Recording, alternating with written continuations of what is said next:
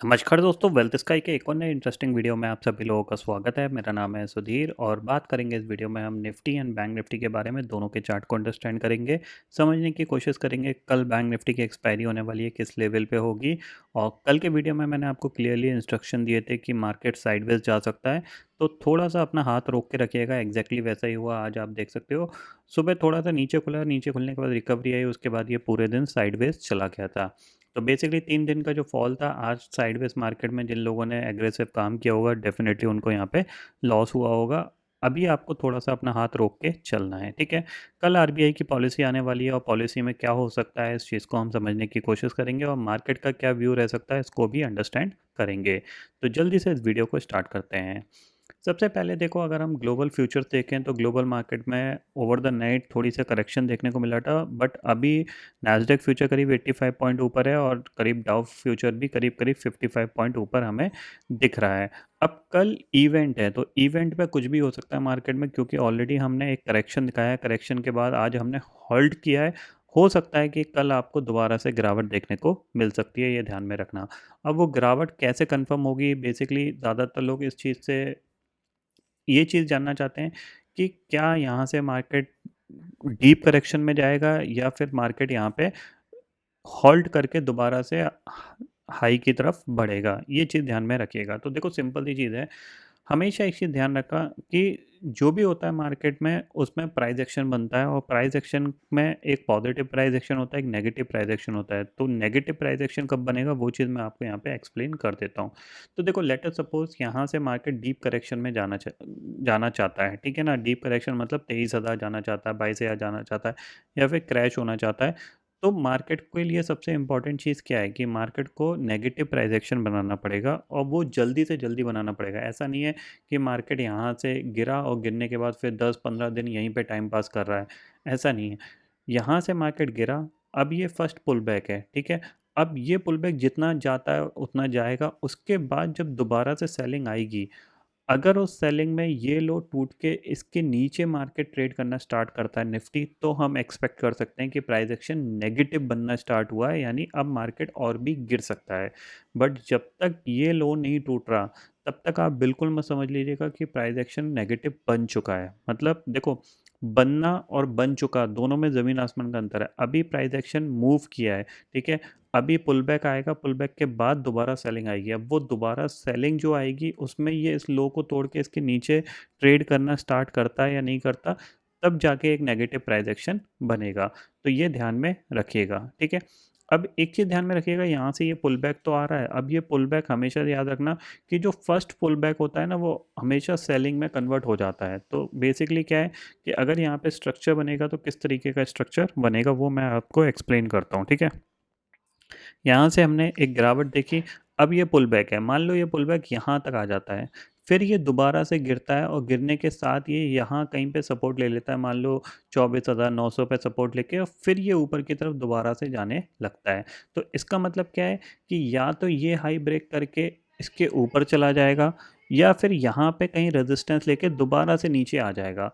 तो price action यहाँ पे कंप्लीट होगा। बेसिकली अगर ये यहाँ से ऊपर ब्रेक करता है तो एक यहाँ पे क्या होगा, एक डब्ल्यू पैटर्न का फॉर्मेशन होगा, उसका ये ब्रेकआउट लेवल का होगा, ठीक है। और अगर ये यहाँ कहीं पे रेजिस्टेंस लेके नीचे की तरफ ब्रेकडाउन देता है तो क्या होगा, यहाँ पे एक एम पैटर्न बनता हुआ दिखाई देगा आपको, उसका ब्रेकडाउन होगा। तो ये प्राइस एक्शन बनने में थोड़ा सा टाइम लगता है। ऐसा नहीं है कि आप एकदम से ये सोच सको कि ये नेगेटिव हो गया है या फिर अभी भी पॉजिटिव है, ठीक है ना। तो ये ध्यान में रखना। इंपॉर्टेंट चीज़ ध्यान में रखने वाली ये चीज़ है कि जो फर्स्ट पुल बैक आता है ना, वो हमेशा एक बार सेल ऑफ में कन्वर्ट हो जाता है। तो अगर यहाँ कहीं पे आपको निफ्टी मिलता है, जो कि अभी हम देख लेते हैं कौन सा लेवल है जहाँ पे परफेक्ट सेलिंग आ सकती है, उसको हम अंडरस्टैंड करते हैं, ठीक है। सबसे पहले देखते हैं यहाँ पे ऑप्शन चेन डाटा में फ़िलहाल क्या हो रहा है कि ऑप्शन सेलर्स क्या कर रहे हैं। तो ऑप्शन सेलर स्टिल 25,000 की कॉल सेल करके बैठे हुए हैं और जो 25,000 की पुट है वहाँ पे भी करीब करीब 44 लाख का ओपन इंटरेस्ट यहाँ पे खड़ा हुआ है और दोनों का जो प्रीमियम चल रहा है करीब करीब 260 रुपये का प्रीमियम चल रहा है। परसों एक्सपायरी है। तो जिस तरह से यहाँ पे 25,000 का शॉर्ट स्ट्रेडल पे वैल्यू खड़ी है, उस हिसाब से दिख रहा है कि 24,700 आपके लिए एक सपोर्ट का एरिया होगा और करीब करीब 25,300 आपके लिए एक रेजिस्टेंस का एरिया होगा। ये ध्यान में रखिएगा। जो भी शॉर्ट स्ट्रेडल बेचेगा, ये उस शॉर्ट स्ट्रेडल में चांसेस वेरी आई कि इसको 100 पॉइंट से 150 पॉइंट कमाने को मिल सकते हैं, क्योंकि अब मार्केट क्या है, ऑलरेडी 3 दिन एक्शन कर चुका है, तो थोड़ा सा साइडवेज रह सकता है, ये ध्यान में रखना। बट फिर भी मार्केट है, कुछ भी कर सकता है, उस चीज़ पे आप थोड़ा सा फोकस ज़रूर रखिएगा, स्टॉप लॉस लगा के काम करिएगा।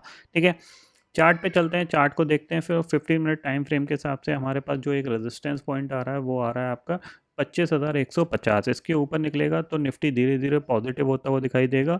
जब तक इसके ऊपर नहीं निकलेगा तब तक ये इस चैनल के अंदर कंसोलिडेशन करेगा, ये ध्यान में रखना, क्योंकि ये कहीं से भी सेलिंग इसमें आ जाएगी। जैसे आपने देखा यहाँ से ये बड़ी कैंडल बनी थी, यहीं कहीं से सेलिंग दोबारा से आ जाएगी। ठीक है, परफेक्ट जो रिवर्सल पॉइंट हो सकता है वो यही है, 25,500 के आसपास जब भी मिले आप इसको एक बार ज़रूर सेल करिएगा, ये ध्यान में रखिएगा।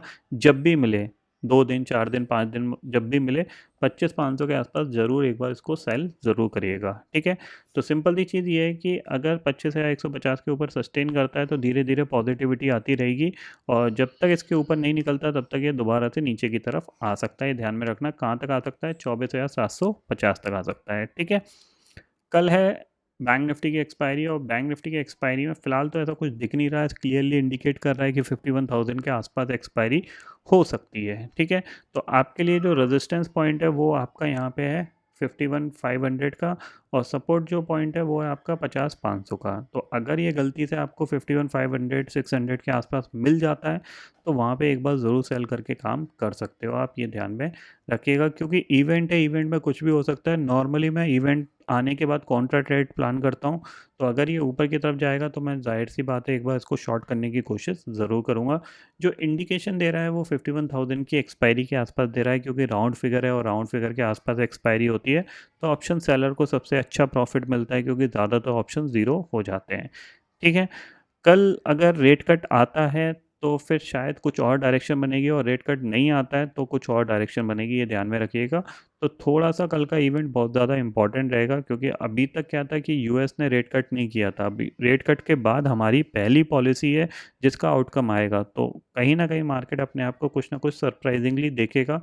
तो उस चीज़ पे आप ध्यान रखिएगा। वॉलेटिलिटी पूरी रह सकती है 51,500 से लेके 5500 तक, ये 1000 पॉइंट तक की रेंज यहाँ पे बैंक निफ्टी ट्रेड कर सकता है, ये ध्यान में रखिएगा, क्योंकि ऑलरेडी एक नेगेटिव साइड पे इसने पोजीशन क्रिएट करी हुई है, ये चीज़ क्लियरली ध्यान में रखिएगा।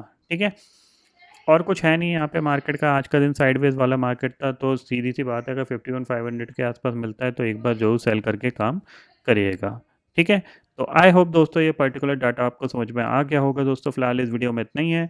आई होप ये वीडियो आपको पसंद आएगा। वीडियो पसंद आता तो लाइक और शेयर ज़रूर करिएगा, और चैनल को जो सब्सक्राइब कर लीजिए, क्योंकि मैं सुधीर लेके आता रहूँगा हर दिन आपके लिए नए नए वीडियो।